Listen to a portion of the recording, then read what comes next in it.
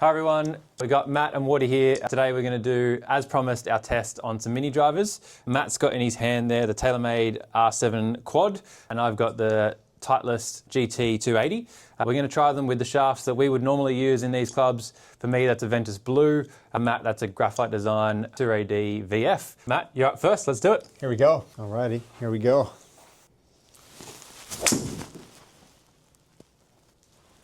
Standard shot shape for Matt.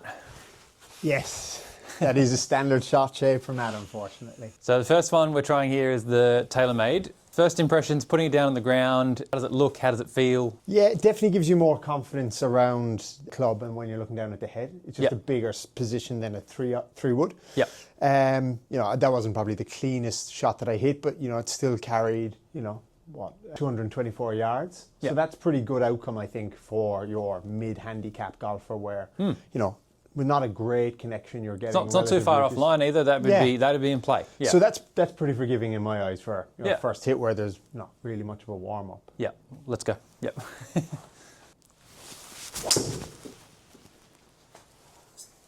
Yeah, so we set these both up at 13 degrees. We've got the Titleist set at A1, which is the standard setting.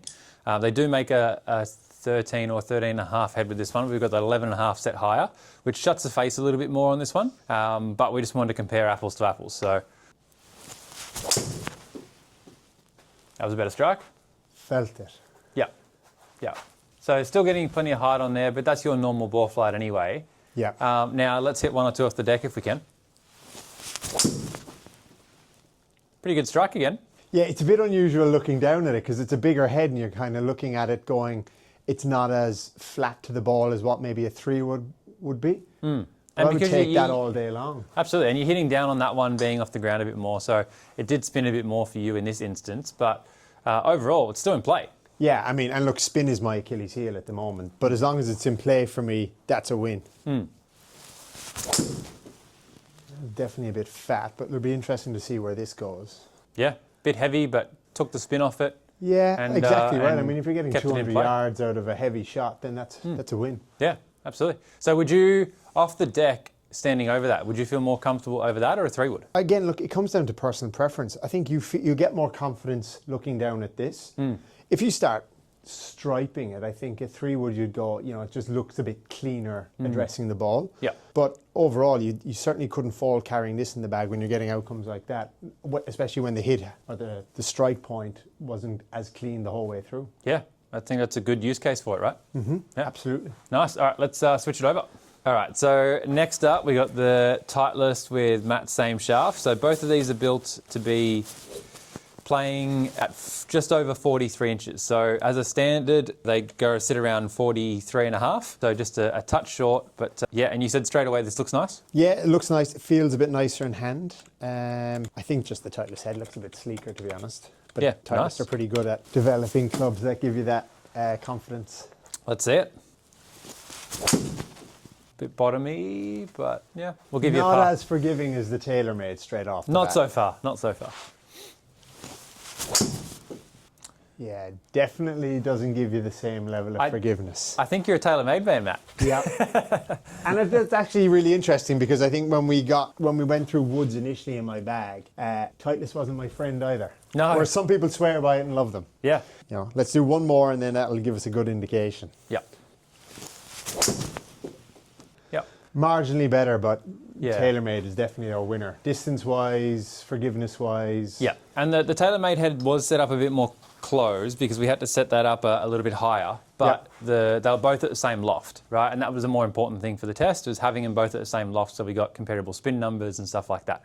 And definitely, by a long shot, the Taylormade works for you a lot better. Yep. So my turn now, let's see how they go. Yeah, in a pro's hands. Yeah. All right. No pressure now, Wardy. Yeah, exactly.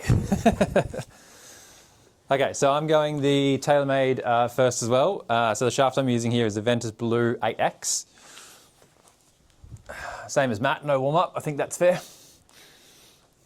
I need all the help I can get.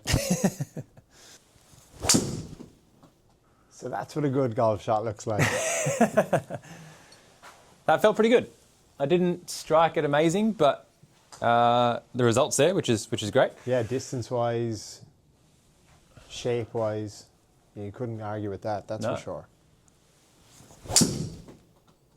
Again, very bottomy, but I mean, if it spins up and stays straight, yeah. Still at 2.9 spin, so out on the course, like that's fine. Cool. All right, let's hit one off the deck. And that's what you got to imagine. Your Saturday golfer just wants that forgiveness and outcome at the end, because they're not always, they're not going to have, 18 holes of perfect shots. No. Yeah. I'm with you, Matt. My bad shot is still that left to right. But if that's your bad shot and you're carrying it 230 yards, Yeah. you'll live with that. Yeah. That's not out of bounds or No. in the rough. Again, because it's got less loft than a 3-wood, it's still coming out pretty flat with a lot less spin, but that's what it should do. That's what it should right? do, exactly It's got right. 2 degrees less loft than a standard 3-wood. So, one more with this. You can definitely see the loft, but it doesn't. Do you see what I mean when you address the ball? It's like it Yeah. sits a bit higher up. Yeah, and I think off a tight lie, I'd probably struggle with this outside. Yeah. But overall, yeah, it's not too bad. Yeah, same result. If anything, I need a bit more spin. So Yes, yeah. yeah, it's running a long way at the moment with this one. So for me, I'd probably lean more towards the 13-degree loft options, where for you, we'd definitely go the lower loft side, the 11 Which is the big or thing 11 for and me, a half. because I think that's where my game is at the moment, of just trying to take away some of that spin. Yeah, absolutely. Because there's more variability. Yeah. I think just the handicap range that I play with it. Yeah. Whereas for me, I'm probably trying to hit this a certain distance on the golf course, because if it goes too far, I might as well hit driver. Yeah, exactly right. Right. Yeah, if you're hitting that 250, 260, you might as well just... Yeah, pull out and the- it's not very sustainable for me to carry, to run out a shot 40 metres all the time. Right? It's not going to work for what I'd use it for. For me, I could probably see it coming in where I want to hit it to the corner on a dog leg, or if I'm trying to hit it into a green. But like if I'm going to try and hit it into a green, I'd probably go 3-wood. Yes, and look, that's, I think, where there's cases to be made for, depending on your playing ability. Like you might rather carry a 2-iron because it gives you more control. Whereas Yeah. I think for me as a mid-handicapper, already, excluding, one of them, the Taylormade was like, actually this could have a role in my bag if I needed to. Yeah, And absolutely. I think that's what we're trying to show our listeners and our viewers, is that, the mini driver ain't going anywhere for a number of reasons. Yeah, it sits in between loft-wise. So, if you don't love the head size or you think it's a fad, like it still sits in between for loft, right? So it still is a 2-wood, regardless of whether you think the head size is a fad or not. So, all right, let's try the Titleist one now. Bit of a toe strike, but should work out okay. Nice. Yeah, it's pretty good. Launched up a little bit higher, which is mean, good. You've definitely just saved it as a Titleist ambassador to hit that one better. I did not. But the powers to be will be happy with that one. Yeah, exactly right. But like you said, very, very clean looking at address. It's what they do, right? Yep. You just got a clean black gloss head with some lines on the face, which definitely help you see that loft again. Again, not a great strike. Might be a bit leaky to the right. Still hung on pretty well though. Yeah, it did. I mean, Yeah. you can definitely see you're getting a better outcome with the Titleist. Yeah, it's launching up a little bit higher, which is because maybe the face isn't as close as the Taylormade. Yeah. But Which suits your game. it does a bit more. Yeah. And I've hit those two a little bit higher on the face. That's helping add a bit more loft as well. Now we'll try it without the tee, and that might bring the strike down a little bit more. I really tried to make sure I didn't thin that one. But again, you take that all day long off the deck. Yeah. All right, one more, and then I think we'll have our answer for this one. That's a better strike. Bit of a pull cut. Just a pull. There we go. That's a better strike. All right. Okay. Yeah. So putting a bit more speed into that one, then you're getting a bit more spin out of it, which is what you want and should get. Still launched fairly low for me. So, for me, it might be something where I put it in play on a really tight golf course. Yep. Where it's just really tree line and I completely take the driver out of the bag. PK North style. Maybe, yeah. But just somewhere where trees both sides, out of bounds both sides. I'm thinking like a like a Japan or a Southeast Asia Yep. or something somewhere. So that would probably be the use case for me as opposed to replacing my 3-wood. Yes, yeah. Whereas for you, I think it could be a good 3-wood replacement to get rid of that spin. Yeah, exactly right. And Yeah. just have a bit more consistency that when you do pull the 3-wood out, because sometimes it can be my go-to club, you're still not running the gauntlet of, is this going to work the way I want it to? You've got a bit more forgiveness in it. Yeah. And I would definitely think, having hit a few of them now, that I'm very much more of the opinion that there's merit in the mini driver. Yeah, for sure. Okay, Matt, so we had some very different results there with the two of those. You've got in your hands a favourite of the two, and I've got in mine the same. Yeah. And they're different heads, right? So for me, the Titleist worked a bit better. It tended to spin up a little bit more, which for me was a good thing for what I wanted to use it for. Yep. Whereas for you, is the opposite for that, which is exactly what you wanted it for. 100%. So I think, yeah, really interesting. We both tried them with our respective shafts to give ourselves the best opportunity to like these. And yeah, I can see a place, it would probably be a substitution for me of driver out, mini driver in. Yep. Whereas for you, it might be 3-wood out, this in. Yep. Or even if you've got enough space, you could carry both. You could, and that's the kind of position I'm in at the moment where I have enough space. I think I definitely prefer the Taylormade over the Titleist. There's just pure outcome. It's probably where I'm in my playing ability as well at this point in time. Do I believe that it has a role? Absolutely.